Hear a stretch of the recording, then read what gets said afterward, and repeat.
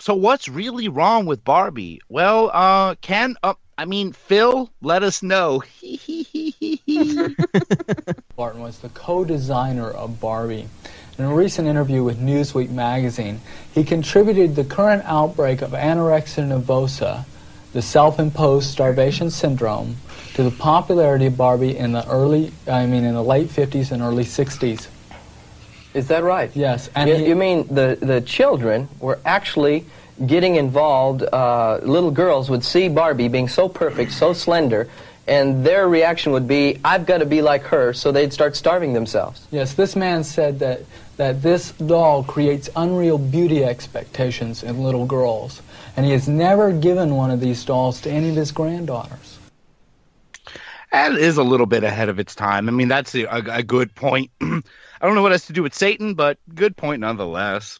Yeah, I mean, well, I'm glad that we've kind of set this line down where there's a difference between Satan, where we can blame some kind of ethereal figure on all the evil in the world, when really a huge deal of evil can be ascribed to humanity and people and our self-imposed ideals. Because I'll tell you what, like, I wasn't expecting this to take this direction, so I'm going to go very briefly into it. But I've had my own experiences with eating disorders and those unrealistic expectations, and I've just barely been, okay with it and learning how to, cope with it and get better. So definitely these kinds of toys, that should be called out for that reason. I don't know if Satan has to do with it, but I'm glad that it's being, called out. Yeah, and much like them, we will briefly touch on this because they got to get back to Satan, baby. They move the conversation on to something. They move it on to something that Gary Greenwald is very knowledgeable on, the evil game Dungeons and Dragons. Let's look at one of the handbooks here. This is the Advanced Dungeons and Dragons, the Monster Manual. And it's full of monstrous figures and actually those creatures that the children can imagine. And yes, children's imaginations are very active, aren't they? Yes, very much so. Now let's look at another one of these. This is where we go into the Dungeon Master's Guide. Who is the Dungeon Master? Well, the Dungeon Master is a person who plays God in the game. And he controls all the situations. In fact, the books tell him that he is the god of the game. Oh, come on. Ugh. What, Russ, you never felt like you were god of the game?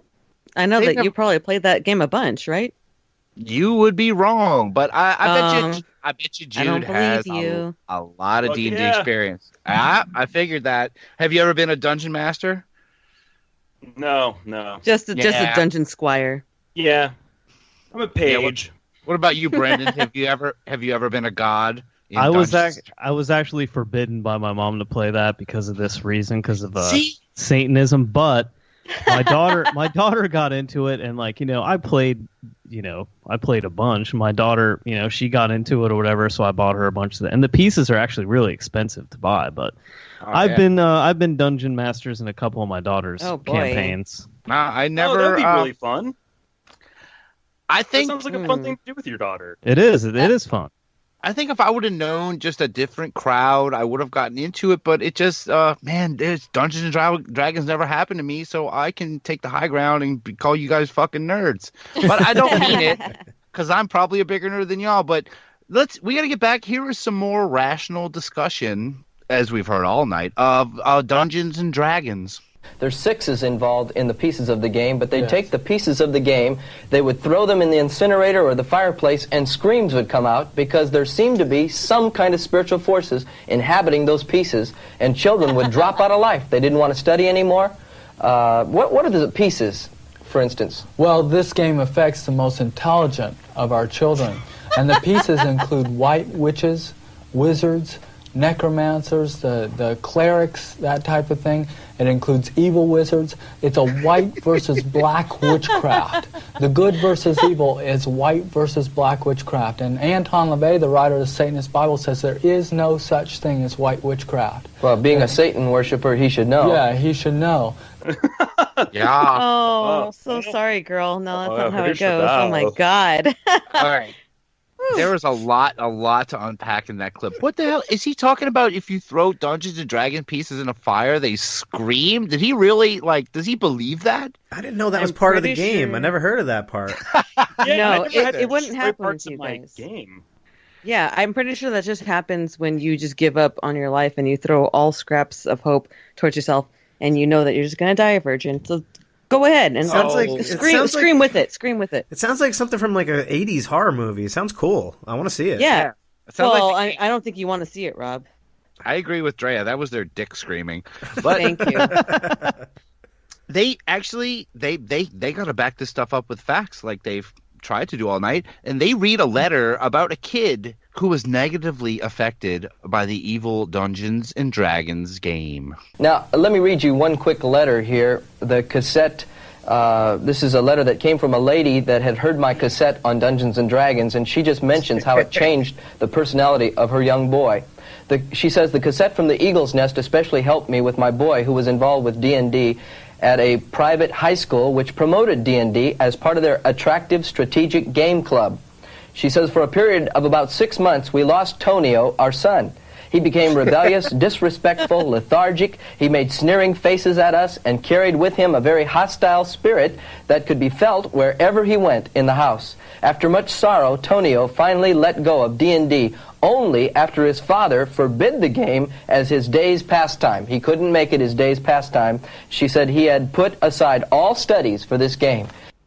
Okay, Unbeliever Tonio, reach out to us. What the hell was the real story? Dude. Also, are you still alive, even? That's so sad. Tonio. Isn't that called adolescence? Right. That's what I thought. All I thought.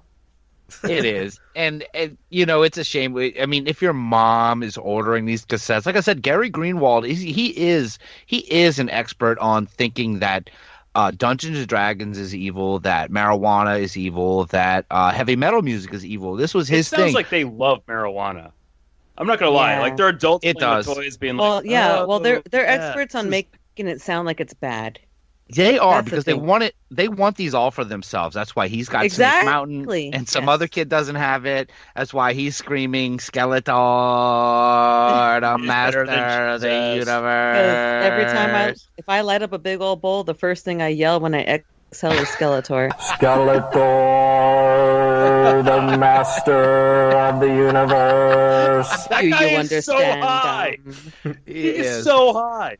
He is. He wants everything for himself. But they get off this track. They go back to toys, and they talk about something that even I have never even heard of. Well, let's go on to some other occultic figures. I see one on the screen here, which we call Black Star. Can you tell us about him? Black Star is probably one of the most blatantly occultic toy series on the market today, because with every figure such as Kadar, the invincible wizard that you're seeing here, comes its own glow-in-the-dark alien demon. This glows in the dark? Right.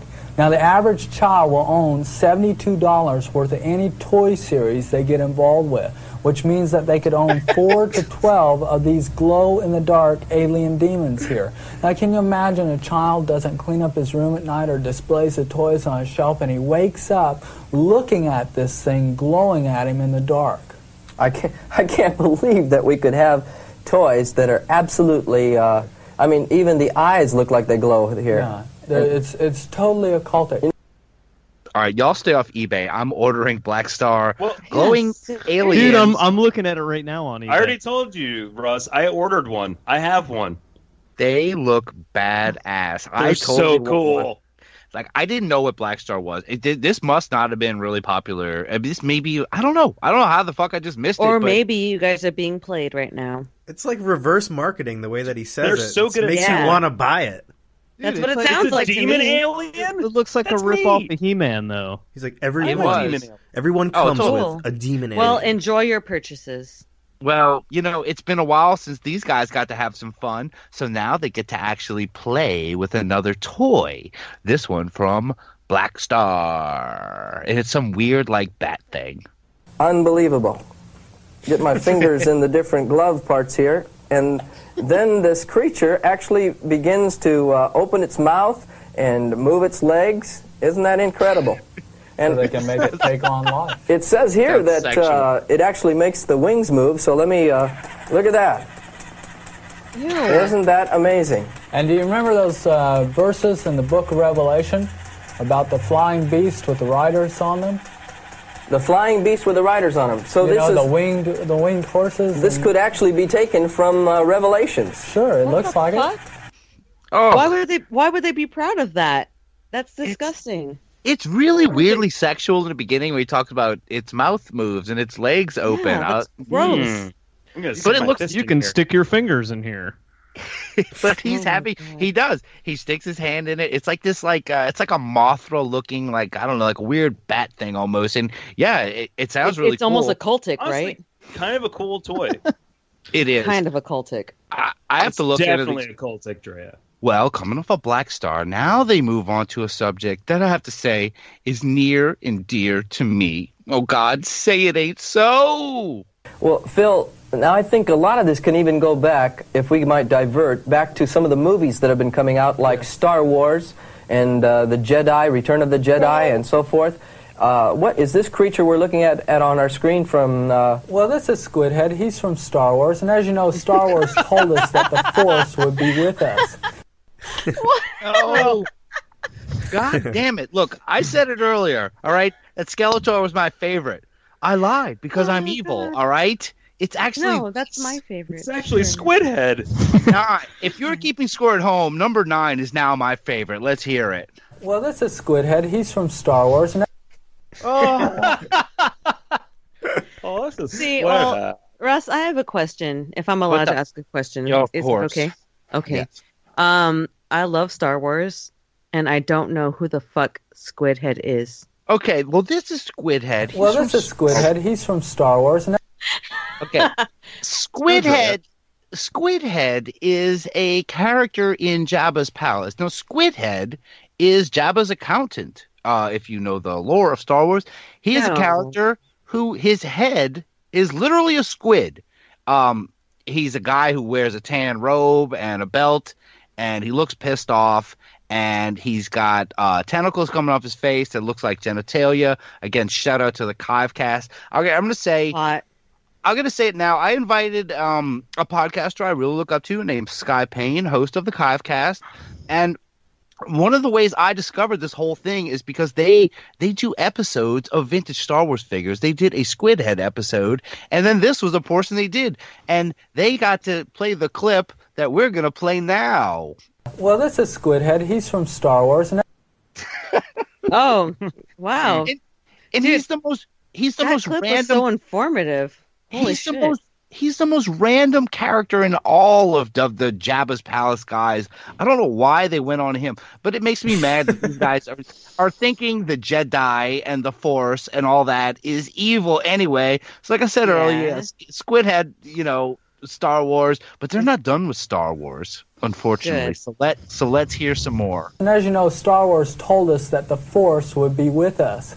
And of course, the Force is a word used by witches down through the centuries to describe the power they receive from Satan. Characters like Darth Vader, who look almost exactly like the ancient Norse god Odin, and Obi-Wan Kenobi, and there's a form of witchcraft called Obi witchcraft, in which chanting Obi, Obi, Obi over and over again releases the power into the witch's lives. You're saying that these were actually taken, this was taken from a Norse god who looked very much like him? Yes, it looks a lot like Darth Vader. I wish we could go back one slide and look at that Norse god, but we can't go backward on these? Okay. No. Oh, what's that? We're not able to? Oh, of course. We arranged that. Good. No, we have a really shitty old TV that we're playing a slideshow on, and we just can't possibly go back to show you. But, with the soundboard, now we're getting close to the end of it, but now we can do our own witch chant, care of Phil Phillips. Obi, Obi, Obi, Obi, Obi, Obi, Obi, Obi, Obi. Obi, Obi, Obi, Obi, Obi. Oh, God. So Obi Witchcraft. Now, I've never heard of Obi Witchcraft. I think they made it up just to throw Obi-Wan Kenobi under the bus and little Luke Skywalker. Now, we know, according to them, that we know that Obi is evil. I wonder, are there any other Jedis that are also evil, and I don't mean little Luke Skywalker. We're looking at Yoda right now, and Yoda was called the Zen Master. Of course, this was based on Zen Buddhism.